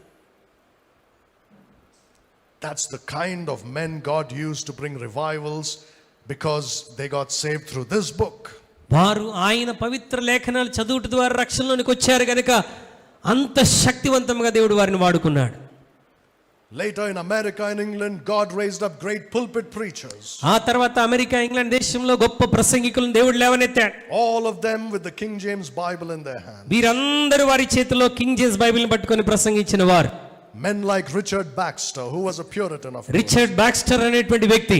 In America, a man named Charles Finney, Charles Finney అనేటువంటి అమెరికా దేశానికి చెందిన దైవజనుడు, great revivalist. గొప్ప ఉజ్జీవకర్త. You know how he would preach from the King James Bible. అతను కూడా కింగ్ జేమ్స్ బైబిల్ నుండి ప్రసంగించేటువంటి వాడు. Throughout the night, he would wrestle with God. రాత్రంతా దేవునితో పెనుగులాడేటువంటి వాడు. And morning, he would go and preach. ఉదయాన్నే వెళ్ళి దేవుని వాక్యాన్ని బోధించేవాడు. And again, the effect was sometimes so terrible, people thought they were going to die. అతని పరిచర్య ప్రభావం కూడా ఎంత భయంకరంగా ఉండేదంటే మేము చచ్చిపోతామేమో అన్న భయంతో ప్రజలు ఉండేటువంటి వారు. There was a time when there was a terrible sinner who hated Charles Finney. ఒక భయంకరమైనటువంటి పాపి చార్ల్స్ ఫిన్నీ గారిని ఎంతగానో ద్వేషించేటువంటి వాడు. And he was shouting abuses at him on the road. ఆయన రోడ్డు మీద ఉన్నప్పుడు చాలా చెడ్డ మాటలు ఉపయోగిస్తూ అతన్ని తిడుతూ వచ్చాడు. Charles Finney just turned and looked at him. Charles Finny గారు అటువైపు తిరిగి ఆ వ్యక్తిని చూశాడు అంతే. And this man fell down, repented and trusted. ఆ వ్యక్తి నేల మీద పడి పశ్చాత్తాపడుతూ పాపాలు ఒప్పుకున్నాడు. I know these are extraordinary things. ఇవన్నీ కూడా అసాధారణమైనటువంటి కార్యాలు. Wherever Charles Finney went, ఎక్కడెక్కడైతే చార్ల్స్ ఫిన్నీ వెళ్ళారు, the bars and the brothels would close down in that city. మరి వైన్ షాపులు, బార్ షాపులు అన్నీ కూడా మూసివేయబడ్డాయి. They won't exist anymore. అవి ఇక మీదట ఏమాత్రం ఉనికిలో లేవు. So if he was coming to a city, all the bar owners would be afraid. ఒకవేళ ఆయన ఏదైనా కొత్త పట్టణానికి వెళ్తున్నాడంటే అక్కడ ఉన్న బార్ ఓనర్స్ అందరూ కూడా భయపడిపోతుండేటువంటి వారు. They would try their best to stop him from. ఎలాగైనా సరే అతను రాకుండా ఆపడానికి ప్రయత్నించేటువంటి వారు. But they could not. అయితే వారు చేయలేకపోయారు. In England, there was a man named Charles Spurgeon. England దేశంలో చార్ల్స్ స్పర్జన్ అనేటువంటి దైవజనుడు. He died before he was 50 years old. ఆయన 50 ఏళ్ల వయసుకు రాకముందే చనిపోయాడు. He too had about 20,000 sermons printed. అతను కూడా దాదాపు అతని ప్రసంగాలు కూడా దాదాపు 20,000 ప్రసంగాలు రికార్డ్ చేశారు. Revivals like never before. మునుపెన్నడూ లేని విధముగా ఉజ్జీవం లేవనెత్తబడింది. D.L. Moody, డిఎల్ మూడీ గారు great preacher. గొప్ప ప్రసంగికులు. Many great men like that. అలాంటి గొప్ప గొప్ప దైవజనుడు. In this period, you hear about men like George Mueller. George Mueller అనేటువంటి దైవజనుడు In England. ఇంగ్లాండ్ దేశంలో. He had an orphanage of hundreds of children. వందల కొలది అనాథ పిల్లలు ఉన్నటువంటి ఒక అనాథాశ్రమం అతనికి ఉండేది. He had no support from anybody. అతనికి ఎవరి నుండి ఎటువంటి సపోర్ట్ ఉండేది కాదు. He was a man of prayer. అతను ప్రార్థనాపరుడు. Hundreds of children. వందల కొలది పిల్లలు. No money. డబ్బు లేకుండా ఉండేటువంటి వాడు. When the time came for food, భోజనం సమయం వస్తే he will tell the children, come, let's pray. పిల్లలందరినీ పిలిచి అంటాడు, రండి మనం ప్రార్థన చేద్దాం. And they would all sit at the tables and pray. వాళ్ళందరూ డైనింగ్ టేబుల్స్ మీద కూర్చొని ప్రార్థన చేస్తూ ఉంటారు. And he would say, Lord, please send us food for ప్రభువా this time. మాకు ఆహారాన్ని పంపించండి అని By ప్రార్థించాడు. the time he would say amen, ఆయన ఆమేన్ చెప్పేసరికి somebody would bring food for those hundreds of children. ఆ వందల కొలది మంది పిల్లలకు ఆహారాన్ని ఎవరో తెచ్చేసేటువంటి వారు. Not one time or two times. ఇదేదో 1-2 సార్లు అలా జరిగిందేమో అనటానికి వీల్లేదు. 3 times a day. ప్రతిదినం 3 పూటలు. Every single day. ప్రతిరోజు. For years he did that. కొన్ని సంవత్సరాలు ఇలాగే జరిగేటువంటిది. But when you look at his life, అతని జీవితాన్ని మనం చూస్తే you would see that he gave more time to the Bible than to anything else in his life. తన జీవితంలో ఎక్కువ సమయాన్ని బైబిల్కి తప్ప మరి దేనికి ఇచ్చినవాడు కాదు. Great men of God. గొప్ప దైవజనులు. All raised up at that time when God gave light through the King James Bible. ఆ దినాల్లో లేవనెత్తబడినటువంటి ఈ దైవజనులందరికీ దేవుడు కింగ్ జేమ్స్ బైబిల్ ద్వారా గొప్ప వెలుగును అనుగ్రహించాడు. Many other great men, we don't have the time to talk ఇంకా about. అనేక మంది ఉన్నారు, వారి గురించి చెప్పుకోవడానికి మనకు సమయం లేదు. But you see, they had little strength and they kept his word. నీకున్న శక్తి కొంచెమై ఉండినను నీవు నా వాక్యమును భద్రపరిచావు. So what does God say? Look at Revelation chapter 3 and verse 9. మరి 3వ అధ్యాయం ప్రకటన గ్రంథం 3వ అధ్యాయం 9వ వచనంలో దేవుడు ఏం చెప్తున్నాడు చూడండి. Behold, I will make them of the synagogue of Satan, which say they are Jews and are not, but do lie. Behold, I will make them to come and worship before thy feet and to know that I have loved thee. యూదులు కాక తాము యూదులమని అబద్ధమాడు సాతాను సమాజం వారిని రప్పించెదను. వారు వచ్చి నీ పాదముల ఎదుట పడి నమస్కారం చేసి ఇదిగో నేను నిన్ను ప్రేమించితనని తెలుసుకున్నట్లు చేసేదను. We have already spoken about the synagogue of Satan, so I won't go. మరి సాతాను సమాజం వారిని గురించి మనం ఇంతకుముందే మాట్లాడాం గనుక మరలా నేను మాట్లాడలేదు. Then look at verse 10. 10వ వచనం చూడండి. నీవు నా ఓర్పు విషయమైన వాక్యమును గైకొంటివి గనుక భూనివాసులను శోధించుటకు లోకమంతటి మీదికి రాబో శోధన కాలంలో నేనును నిన్ను కాపాడేదను. Now we have to move from spiritual application to doctrinal application. ఆత్మ సంబంధమైన అన్వయింపు నుండి మనం ఇప్పుడు సిద్ధాంత సంబంధమైన అన్వయింపులోనికి మనం వెళ్దాం. Because doctrinally the church of Philadelphia is here. సిద్ధాంత పరంగా ఫిలదెల్ఫియా సంఘకాలం మరలా ఎప్పుడు ఉంటుందనంటే శ్రమల కాలంలో ఉండబోతున్నది. And once again in the tribulation the church of Philadelphia will be faithful to the Lord. మరొకసారి సిద్ధాంత పరంగా ఫిలదెల్ఫియా సంఘం శ్రమల కాలంలో దేవుని కొరకు నమ్మకమైనదిగా ఉండబోతున్నది. And what is the promise that God gives? దేవుడు ఈ ఫిలదెల్ఫియా సంఘానికి ఇచ్చిన వాగ్దానం ఏంటి? Because you have kept my word, నీవు నా వాక్యమును భద్రపరిచావు గనుక I will keep you from the hour of temptation. నేను కూడా శోధన కాలంలో నిన్ను కాపాడేదను. The hour of temptation would be the great tribulation. శోధన కాలం అంటే మహాశ్రమల కాలం. Right, the great tribulation, the second 3.5 years. రెండవ 3.5 సంవత్సరాలు మహాశ్రమల కాలం. God promises them that he would keep them from it. దేవుడు వారిని కాపాడుతాను శోధన కాలంలో అని వాగ్దానం చేశాడు. So how is he going to do that? దేవుడు ఏ విధంగా చేయబోతున్నాడు ఆ పనిని? He's going to do that by taking them out of the world in the mid-tribulation rapture. మరి ఆ యొక్క మిడ్ ట్రిబులేషన్ ర్యాప్చర్ లో దేవుడు వారిని పైకెత్తబోతున్నాడు. They're going to be taken out. ఈ శ్రమల కాలం మధ్యలో వారు దేవుని సన్నిధికి ఎత్తబడబోతున్నారు. I will keep thee from the hour of temptation. శోధన కాలంలో నేను కాపాడుతానని అంటూ ఉన్నాడు. Now because they kept the word of his patience. ఎందుకంటే వారు ఆయన వాక్యమును గైకొన్నారు గనుక. Look at Revelation chapter 14 and verse 7. ప్రకటన గ్రంథం 14వ అధ్యాయం 7వ వచనాన్ని దయచేసి ఒకసారి మనం చూద్దాం. ప్రకటన గ్రంథం 14:7. అంతటా అతడు, మీరు దేవునికి భయపడి ఆయనను మహిమపరచుడి, ఆయన తీర్పు తీర్చి ఘడియ వచ్చెను గనక ఆకాశమును భూమిని సముద్రమును జలధారలను కలగజేసిన వానికే నమస్కారం చేయడని గొప్ప స్వరముతో చెప్పెను. The hour of temptation is the hour of his judgment. మరి శోధన కాలం అంటే ఆయన తీర్పు తీర్చేటువంటి గడియ. When he's going to judge the earth like never before. మునిపెన్నడూ లేని విధముగా ఆయన భూమికి తీర్పు తీర్చుతున్నప్పుడు. Because you see the judgment of the flood in the days of Noah. నోవాహు కాలంలో వచ్చినటువంటి జలప్రళయపు తీర్పు Was a flood which destroyed everybody on the earth except Noah and his ఈ family. జలప్రళయము ఒక నోవాహును తప్ప మిగతా వారిని అందరినీ నాశనం చేసింది. It was just one big flood. అది కేవలం ఒకే ఒక జలప్రళయం. But what's going to happen in the tribulation? అయితే శ్రమల కాలంలో ఇంకా ఘోరముగా జరగబోతున్నది. In the great tribulation, మహాశ్రమల కాలంలో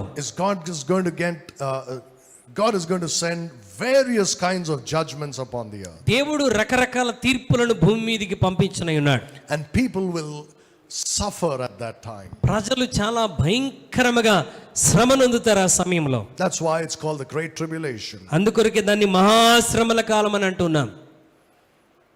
Like never before. మునుపెన్నడూ లేని విధముగా. And this is what the Lord is going to save the Philadelphia church from. మరి ఫిలదెల్ఫియా సంఘాన్ని ప్రభు ఈ శోధన కాలంలో కాపాడనై ఉన్నాడు. Verse 11. 11వ వచనం. నేను త్వరగా వచ్చుచున్నాను, ఎవడను నీ కిరీటమును అపహరింపకుండానట్లు నీకు కలిగిన దానిని గట్టిగా పట్టుకొనుము. You see that? Hold fast that which you have, that no man take thy crown. మరి నేను త్వరగా వస్తున్నాను, ఎవడను నీ కిరీటం అపహరింపకుండానట్లు నీకు కలిగిన దాన్ని గట్టిగా పట్టుకొనుము. What is the meaning of the crown? కిరీటం అంటే అర్థం ఏంటి? Crown is a reward. కిరీటం అంటే దేవుడు నీకు అక్కడ ఇస్తున్నటువంటి బహుమానం, reward. He's saying, be careful that no man steal your reward. ఎవరు నీ బహుమానం అపహరించుకున్నట్లు జాగ్రత్త పడమంటున్నాడు. That means in spiritual matters, అంటే ఆత్మ సంబంధమైన విషయంలో you have to be extremely careful with your life. ఆత్మ సంబంధమైన విషయాల్లో నీ జీవితంలోనూ చాలా జాగ్రత్తగా ఉండాలని అర్థం. If you're not careful, ఒకవేళ నీ ఆత్మీయ జీవిత విషయంలో నిర్లక్ష్యంగా ఉంటే, and you allow people to enter your life that shouldn't be there in your life, మరి నీ జీవితంలో ఎవరైతే ఉండకూడదో వారిని నీ బ్రతుకులను అనుమతిస్తే, you will lose your crown. నీవు నీ బహుమానాన్ని పోగొట్టుకుంటావు. See, that's what he's saying. Make sure that no man take thy crown. ఎవడును నీ కిరీటం అపహరింపకుండానట్లు జాగ్రత్త That పడమంటున్నాడు. means people can take your crown. అంటే ప్రజలు నీ బహుమానాన్ని తీసేసుకుంటారని అర్థం. Or in other words, they'll make sure you don't get your reward. ఇంకో మాటలో చెప్పాలంటే నీకు బహుమానం అందకుండా, అంటే నీ కిరీటం అందకుండా చేసేవారు నీ జీవితంలోనికి వస్తారు. Look at 2 John and verse 8. 2 యోహాను 8వ వచనాన్ని దయచేసి ఒకసారి చూడండి. 2 యోహాను 8వ వచనం. అట్టివాడే వంచకుడును క్రీస్తు విరోధినై ఉన్నాడు. మేము మీ మధ్యను నెరవేర్చిన కార్యములను చెడగొట్టుకొనక మీరు పూర్ణ ఫలము పొందినట్లు జాగ్రత్తగా చూచుకొనుడి. Look to yourselves, మిమ్మల్ని మీరు జాగ్రత్తగా చూసుకోండి, so that you don't lose the things which you have worked for. మరి మీరు దేని కొరకు ప్రయాసపడ్డారు దాన్ని ఫలము పొందకుండానట్లు, పోగొట్టుకొనకుండానట్లు జాగ్రత్తగా చూసుకోండి. So that you do not lose your reward. అలా చేయటం ద్వారా మీరు మీ ఫలమును పోగొట్టుకోకుండా చూసుకోగలరు. So that you may receive a full reward. పూర్ణ ఫలము మీరు పొందెదరు. That means you can lose some of the rewards. అంటే దాని అర్థం ఏంటంటే కొన్నిసార్లు కొన్ని బహుమానాలు మనం పోగొట్టుకుంటామని అర్థం.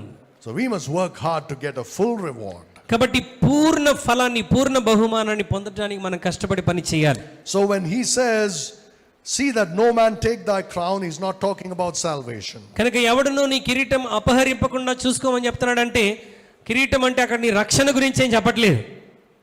He's talking about your rewards, your crowns. నీ ప్రయాసకు తగిన ఫలాన్ని బహుమానాన్ని గురించి ఆయన మాట్లాడుతున్నాడు. Look at verse 12. 12వ వచనం చూడండి. జయించు వారిని నా దేవుని ఆలయంలో ఒక స్తంభముగా చేసేదను, అందులో నుండి వాడు ఇక మీదట ఎన్నటికి వెలుపలికి పోడు. మరియు నా దేవుని పేరును పరలోకములో నా దేవుని యొద్ద నుండి దిగివచ్చుచున్న నూతనమైన యెరూషలేమును నా దేవుని పట్టణపు పేరును నా క్రొత్త పేరును వాని మీద రాసేదను. సంఘములతో ఆత్మ చెప్పుచున్న మాట చెవి గలవాడు వినుగాక. So he says, to him that overcomes in the tribulation, శ్రమల కాలంలో జయించినటువంటి వానికి he will make him a pillar in the temple of God. అతన్ని దేవుని ఆలయంలో ఒక స్తంభముగా చేస్తానంటున్నాడు. What does it mean to be a pillar? దేవుని ఆలయంలో స్తంభం అంటే అర్థం ఏంటి? If you look at Galatians chapter 2 and verse 9, గలతీయులకు రాసిన పత్రిక 2వ అధ్యాయం 9వ వచనం గనుక మనం చూసినట్లయితే it explains it. దాని వివరణ అక్కడ ఉంటుంది. గలతీ 2:9 అనగా సున్నతి పొందిన వారికి అపోస్తలుడవుటకు పేతురును సామర్థ్యము కలగజేసిన వాడే అన్ని జనులకు అపోస్తలుడవుటకు నాకును సామర్థ్యం కలగజేసినని వారు గ్రహించినప్పుడు స్తంభములుగా ఉంచబడిన యాకోబు, కేఫా, యోహాను అను వారు నాకు అనుగ్రహింపబడిన కృపను కనుగొని మేము అన్ని జనులకును తాము సున్నతి పొందిన వారికి అపోస్తలులుగా ఉండవలనని చెప్పి తమతో పాలివారమగుటకు సూచనగా నాకును బర్నబాకును కుడి చేతినిచ్చిరి. James, Cephas and John were pillars in the church. యాకోబు, కేఫా, యోహాను అను వారు సంఘములో స్తంభములుగా ఉంచబడినటువంటి వారు. What does that mean? దాని అర్థం ఏంటి? That means they were leaders. అంటే వారు నాయకులుగా ఉన్నారని అర్థం. Leaders of the people. దేవుని ప్రజలకు నాయకులుగా ఉన్నటువంటి వారు. So God is saying, I will make you a pillar in the temple of my God. దేవుడు ఫిలదెల్ఫియా సంఘంతో అంటున్నాడు, ఇదిగో నా దేవుని ఆలయంలో నిన్ను ఒక స్తంభముగా చేస్తాను. Now think about this. దాని గురించి ఆలోచించాడు. He says, I will make you a pillar not in the church but in the temple of God. నేను సంఘములో నేను స్తంభముగా అనట్లేదు, నా దేవుని ఆలయంలో స్తంభముగా అని అంటున్నాడు. Because there's going to be no more church once the church is raptured. ఒక్కసారి సంఘం పైకెత్తబడిన తర్వాత ఇక భూమి మీద సంఘం అనేటువంటిది ఉండదు. Believers will be there but they are not the body of Christ. విశ్వాసులు ఉంటారు కానీ క్రీస్తు శరీరముగా వారు భూమి మీద ఉండరు. There is no single church. There are 7 different churches. అక్కడ ఒక్క సంఘము ఉండదు, అక్కడ 7 వివిధ సంఘాలు ఉంటాయి. They are believers, that's all. వారు విశ్వాసులు అంతే. You can't call them Christians like you call Christians now. మరి ఇప్పుడు మనం ఒకరినొకరు క్రైస్తవులని పిలిచినట్టు అక్కడ ఉన్నటువంటి ప్రజల్ని క్రైస్తవులని పిలవలేం. So God is saying, I will make you a pillar in the temple of God. దేవుడు అంటున్నాడు, దేవుని ఆలయంలో మిమ్మల్ని ఒక స్తంభముగా చేస్తాను. Look at Revelation chapter 11 ప్రకటన గ్రంథం 11వ అధ్యాయంలోనికి ఒకసారి రండి. and verse 19. 19వ వచనం. మరియు పరలోకమందు దేవుని ఆలయం తెరవబడగా దేవుని నిబంధన మందస్సము ఆయన ఆలయంలో కనబడెను. అప్పుడు మెరుపులను, ధ్వనులను, ఉరుములను, భూకంపమును, గొప్ప వడగండ్లను పుట్టెను. Tell me, where is this temple? చెప్పండి, ఈ ఆలయం ఎక్కడ ఉంటుంది? ఎక్కడుంది? Yes, it's not talking about any earthly temple. ఇది భూ సంబంధమైనటువంటి ఆలయం కాదండి. You see, పరలోకమందు దేవుని ఆలయం. there is a temple in heaven. పరలోకంలో ఆలయం ఉన్నది. And if you don't believe me, you search the scriptures. మీరు నా మాట నమ్మకపోతే లేఖనాలను పరిశోధించండి. Well, right here it says the temple of God was opened in heaven. మనం చదివిన ఈ లేఖనంలోనే స్పష్టంగా ఉంది, పరలోకమందు దేవుని ఆలయం తెరవబడగా. Then if you go back and read in Hebrews 8, it's clearly written that the temple on earth is a picture of the temple in heaven. Hebrew పత్రిక 8వ అధ్యాయంలో చదివితే భూమి మీద ఉన్నటువంటి దేవాలయము పరలోకంలో ఉన్నటువంటి దేవాలయమునకు సూచనగా ఉంటున్నది. It's exactly made in the same pattern as the heavenly tabernacle. మరి పరలోకపు ప్రత్యక్ష గుడారపు విధానంలో మనకు అది కనబడుతుంది. I'm saying that these people who overcome will be made pillars in the temple of God in heaven. జయించిన వారిని దేవుని ఆలయంలో దేవుడు ఒక స్తంభముగా చేస్తానంటున్నాడు. And that will be the heavenly temple. అది పరలోకంలో ఉన్నటువంటి ఆలయం. The reason for that? దానికి కారణం ఏంటంటే There will be no temple on the earth after the millennial reign of Christ. క్రీస్తు యొక్క 1000 ఏళ్ల పరిపాలన తర్వాత భూమి మీద ఆలయం అనేటువంటిది ఉండదు. There will be a temple in the millennial reign. 1000 ఏళ్ల పరిపాలనలో భూమి మీద ఆలయం ఉంటుంది. Jesus Christ will be there. యేసుక్రీస్తు ప్రభు ఉంటాడు. But the thing is, These people to whom the promise is given, ఎవరికైతే ఈ వాగ్దానం ఇవ్వబడిందో ఫిలదెల్ఫియా సంఘానికి, they are not Jews, they are Gentiles. వారు యూదులు కాదు, వారు అన్ని జనులు. So Gentiles will not be allowed into the temple of God in Jerusalem. యెరూషలేములో అన్ని జనులకి దేవాలయంలో ప్రవేశం లేదు. Only the Jews have. కేవలం యూదులకు మాత్రమే అవకాశం So ఉంటుంది. this promise to be fulfilled, ఈ వాగ్దానం నెరవేర్పు జరగాలంటే it has to be the temple in heaven. ఇది పరలోకపు ఆలయమై ఉండాలి. So you can think about this. దాని గురించి మీరు ఆలోచించండి. To some people, కొంతమందికి the reward is that they will rule from heaven. కొంతమందికి బహుమానం కిరీటం ఏంటంటే వారు పరలోకము నుండి పరిపాలన చేస్తారు. It's amazing, our minds cannot grasp these things. మన యొక్క ఆలోచన విధానికి అంతు చిక్కనటువంటి విషయాలు ఇవన్నీ కూడా. Right? So in eternity, there is no temple on the earth. నిత్యత్వంలో భూమి మీద ఇకెన్నడూ ఆలయం ఉండదు. Look at Revelation 21 and verse 22. ప్రకటన గ్రంథం 21వ అధ్యాయం 22వ వచనాన్ని ఒకసారి చూడండి. దానిలో ఏ దేవాలయమును నాకు కనబడలేదు, సర్వాధికారి అయిన దేవుడునకు ప్రభువును గొర్రెపిల్లయు దానికి దేవాలయమై ఉన్నారు. There is no temple.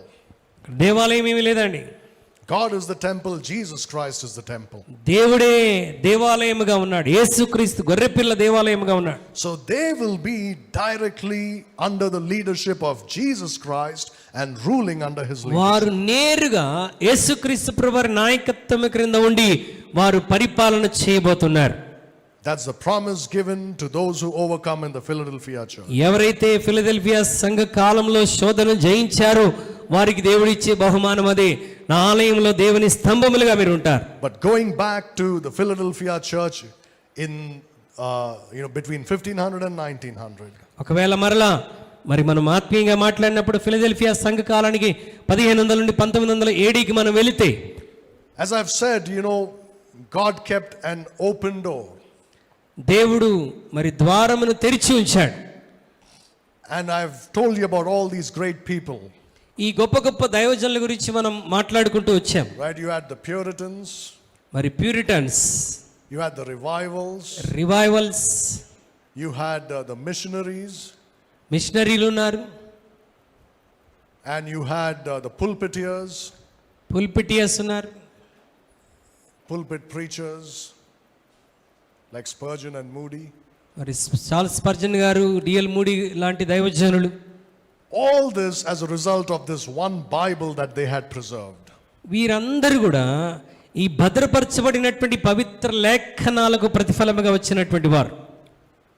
But while God's work was going on, అయితే దేవుని యొక్క వాక్యము ప్రబలుతున్నప్పుడు the devil was working at the same time. సాతానుడు కూడా అదే సమయంలో ఎంతో ప్రభావితవంతంగా పనిచేస్తూ వచ్చాడు. In 1881 to 85, 1881 నుండి 85 మధ్యలో, that means when you're coming to the end of the Philadelphia church, అంటే ఫిలదెల్ఫియా సంఘ కాలానికి ముగింపులోనికి వస్తున్నప్పుడు, in England, ఇంగ్లాండ్ దేశంలో there were two men named Westcott and Hort. వెస్ట్హాట్ అదే విధంగా హార్ట్ అనేటువంటి వ్యక్తులు. Westcott and Hort. వెస్ట్కాట్ అదే విధంగా హార్ట్ అనేటువంటి ఇద్దరు వ్యక్తులు. These were unsaved scholars. వీరిద్దరూ రక్షింపబడని scholars. One was a Roman Catholic who worshipped Mary. అందులో ఒక వ్యక్తి రోమన్ కేథలిక్ గా ఉండి మరియను ఆరాధించిన వాడు. The other one was a devil worshipper. మరొకడు మరి సాతానుని ఆరాధించిన వాడు. He belonged to a secret society which worshipped Satan.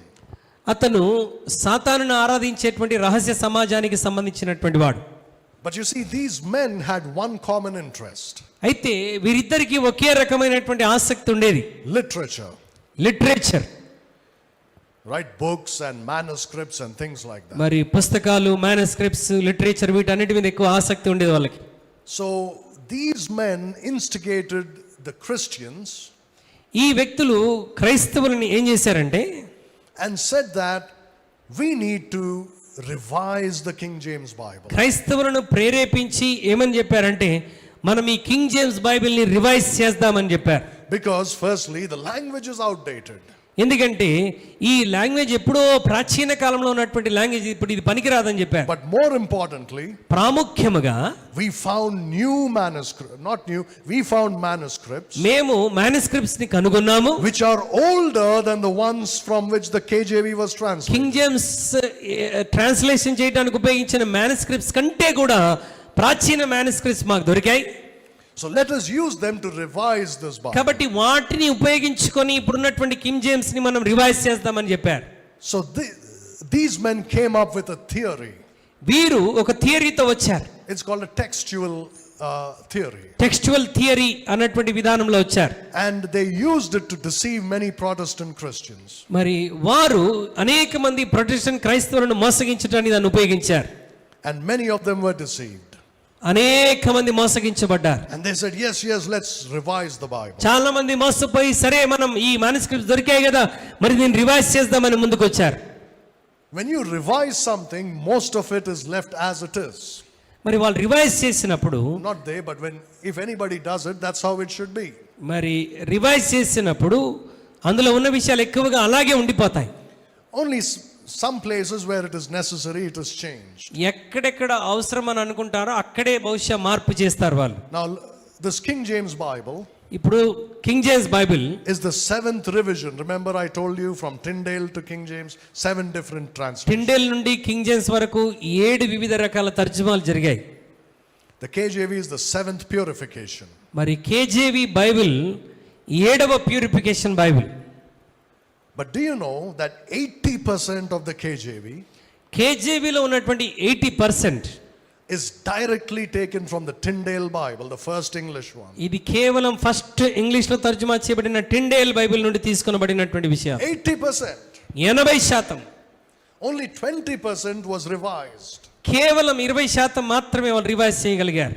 But these men, when they said we will revise, ఈ వ్యక్తులు ఎప్పుడైతే దీన్ని రివైజ్ చేద్దామని చెప్పారో they created a new Greek text. వారు ఒక కొత్త గ్రీక్ టెక్స్ట్ ని వాళ్ళు సిద్ధపరిచారు. And instead of revising the King James, they translated a new Bible. మరి కింగ్ జేమ్స్ బైబిల్ రివైజ్ చేయటానికి బదులుగా వాళ్ళు జస్ట్ తర్జుమా చేశారు అంతే. A new translation. ఒక కొత్త ట్రాన్స్లేషన్ చేశారు. It's called the revised version. దాన్ని రివైజ్డ్ వర్షన్ అని మనం అంటాం. Translated by godly men? No. మరి దైవభక్తి కలిగిన వ్యక్తులతో ఇదేమైనా తర్జుమా చేయబడిందా? కాదు. Were the manuscripts from the pure line? No. వారికి దొరికినటువంటి మాన్యుస్క్రిప్ట్స్ ప్యూర్ లైన్ లో నుండి వచ్చినటువంటివా? కాదు. Were they great scholars and godly men like the KJV translators? No. కేజేవిని ట్రాన్స్లేట్ చేసినటువంటి గొప్ప దైవజనులు ప్రసంగికులు వారికి లాంటి వారా అంటే కాదు. One was a devil worshipper, one was a Mary worshipper. ఒకడు మరియను ఆరాధించిన వాడు, ఇంకొకడు సాతాన్ని ఆరాధించిన వాడు. Who were behind these two men? మరి వీరి వెనకాల ఉన్నటువంటి వ్యక్తులు ఎవరు? The Roman Catholic Church. Roman కథోలిక సంఘం. What were the manuscripts they used? వారు ఉపయోగించినటువంటి మాన్యుస్క్రిప్ట్స్ ఏంటి? The same corrupt ones which Martin Luther had rejected. Martin Luther A manuscripts అయితే ఆయన తృణీకరించాడో వాటిని వాడుకున్నారు. It's very sad చాలా విచారకరం that from that point onwards, మరి ఆ సమయం నుండి the Christian Protestant church started accepting this new Bible. మరి ఈ సంఘ సంస్కరణ తర్వాత వచ్చినటువంటి ప్రొటెస్టెంట్ సంఘాలన్నీ వీటిని అంగీకరించడం మొదలుపెట్టారు. Saying, oh, we have a new Bible. ఇప్పుడు మనకు ఒక న్యూ వర్షన్ ట్రాన్స్లేషన్ దొరికిందని They సంతోషపడ్డారు. were all excited. మాకు చాలా ఆసక్తిగా ఉంది. So, if you want to revise a Bible, you should do it once or twice, 10 times, finished, enough. బైబిల్ని revise చేయాలంటే 1-2 సార్లు లేక 10 సార్లు అంతటితో చాలు. Do you know how many revisions they made, so-called revisions of the KJV? ఇప్పుడు చేయబడినటువంటి KJV revisions వాళ్ళు ఎన్నిసార్లు చేశారు తెలుసా? More than 250 new translations. దాదాపు 250 సార్ల కంటే ఎక్కువగా దాన్ని రివైజ్ చేస్తూ వస్తున్నారు. They call it NIV, they call it ESV, they call it this, they call it that. NIV అంటారు, ESV అంటారు, రకరకాల పేర్లు పెట్టారు. Even after 250 translations, you could not correct one Bible? 250 తర్జుమాల తర్వాత ఈ ఒక్క బైబిల్ని ఇంకా పరిపూర్ణముగా సరి చేయలేకపోయారా? You cannot do it నువ్వు చేయలేవు. because this is a pure book. ఎందుకంటే ఇది పవిత్రమైనటువంటి పుస్తకం. But you see, with this rejection of the KJV in 1885, 1885లో ఈ కేజేవిని వారు రిజెక్ట్ చేయటం, and in 1901 in America, they came out with the American version, American Standard 1901 Version. సంవత్సరంలో American standard version అనేది start చేశారు. So in England they rejected the KJV, in America they rejected the KJV. ఇంగ్లాండ్లో అమెరికాలో కేజేవిని వారు తృణీకరించారు. And that is the beginning of the Laodicean church. అది లవోదికీయ సంఘ కాలానికి ఆరంభమైంది. The Laodicean church, while the church of Philadelphia is the church of the open door, మరి ఫిలదెల్ఫియా సంఘం మరి church of the open door సంఘం అంటే తలుపు తెరవబడినటువంటి సంఘముగా ఉండేటువంటిది.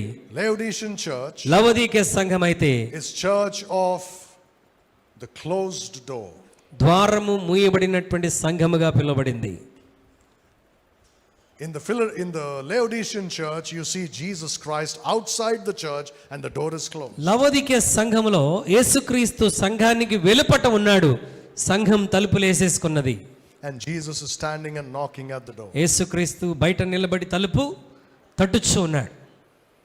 Think about it.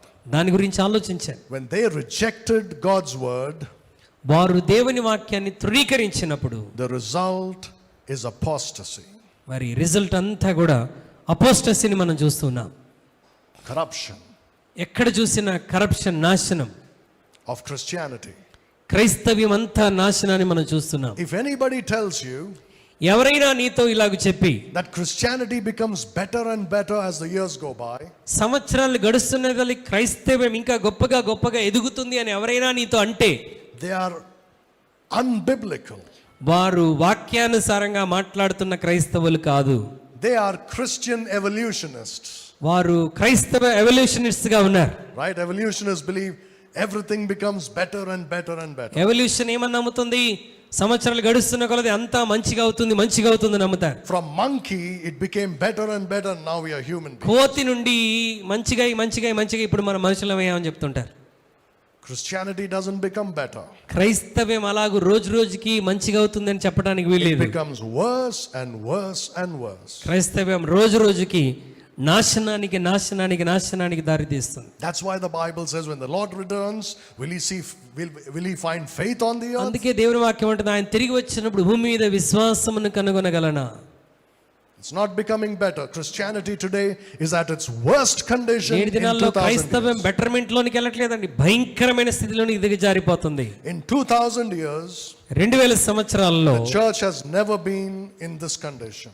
మరి సంఘం ఎప్పుడు కూడా ఈ లవోదికీయ సంఘ కాలంలో ఉన్న స్థితిలో ఉన్నట్టుగా మునుపెన్నడూ లేదు. So when they rejected God's word, God closed the door. వారు ఎప్పుడైతే దేవుని వాక్యాన్ని తృణీకరించారో ద్వారం మూయబడింది. No more do you find great revivals. అటు తర్వాత గొప్ప ఉజ్జీవాలు మనం ఎక్కడ కనుగొనట్లేదు. You don't find great evangelists like and missionaries like those days. ఆ దినాల్లో లేవనెత్తబడినటువంటి గొప్ప మిషనరీలు గాని సువార్థికులు గాని నేటి దినాల్లో మనం కనుగొనట్లేదు. What you find today are celebrities. ఏడు దినాల్లో మనం కనుగొనేదంతా ఎవరండి? Celebrities. Not the godly men that were there before. ఆ దినాల్లో ఉన్నటువంటి గొప్ప భక్తి కలిగిన దైవజనులు లాంటి వారు కాదు. Why is it? ఎందుకు ఇలా జరుగుతుంది? They did not keep his word. వారు దేవుని వాక్యాన్ని భద్రపరచలేదు. Do you know what happened? ఏం జరిగింది తెలుసా? In India, భారతదేశంలో after this was done, the revised version, ఎప్పుడైతే ఈ రివైజ్డ్ వర్షన్ కొత్తగా తీసుకొని వచ్చారో, by that time all these great men like William Carey, Pritchard and Gordon, they were all dead. William Carey వంటి దైవజనులు అందరూ కూడా వాళ్ళు వచ్చి చనిపోయి వెళ్ళిపోయారు. New missionaries came from England and America to India England America దేశం నుండి కొత్త మిషనరీలు భారతదేశానికి వచ్చారు. and said, what Bible are you using? వాళ్ళు వచ్చి మీరు ఏ బైబిల్ ఉపయోగిస్తున్నారు? Oh, you're still using the old one which is like the King James Bible? ఓ మీరు ఇంకనూ కింగ్ జేమ్స్ లాంటి పాత బైబిల్ని వాడుతున్నారా? You don't know we found new manuscripts which are better? ఇప్పుడు వాటికంటే మంచి మాన్యుస్క్రిప్ట్స్ మేము కనుగొన్న సంగతి మీకు తెలీదా? They said, come let us revise. రండి మనం కలిసి దీన్ని రివైజ్ చేద్దాం. So they formed committees all over India. వారు భారతదేశం అంతా వివిధ కమిటీలను తయారు చేశారు. right? BSI, BSI, Bible Society of India. Bible society of India. And they revised the old translations of our Bibles in all the Indian languages. ఈ ప్రాచీన కాలంలో తర్జుమా చేయబడినటువంటి బైబిల్ అన్ని కూడా ఈ నవీన తర్జుమాలుగా మార్చివేశారు. That's what we have today, unfortunately, in our hands. అందుకొరకే ఈ రోజు మన చేతిలో ఈ బైబిల్ మన చేతికి వచ్చింది. And that's the beginning of the Laodicean church in India. అది భారతదేశంలో లవదిక సంఘ కాలానికి ఆరంభం. The church didn't become better from that time onwards. ఇది మొదలుకొని సంఘం బెటర్మెంట్ లోనికి వెళ్ళలేదు, ఇంకా బలహీనతలోనికి వెళ్ళిపోయింది. If you read about the saints who lived in India in those days before the translation of this Bible, ఈ బైబిల్ తెలుగు బైబిల్ తర్జుమా చేయడానికి ముందు నివసించినటువంటి పరిశుద్ధుల జీవితాలు మనం చూస్తే there were such great men and women of God వారు చాలా గొప్ప దైవజనులు దైవజనరాలుగా who ఉండేవారు. lived sacrificial lives. వారు సమర్పణ కలిగిన త్యాగపూరితమైన జీవితం జీవించారు. They were soul winners. వారు ఆత్మను రక్షించడంలో ప్రయాసపడ్డారు.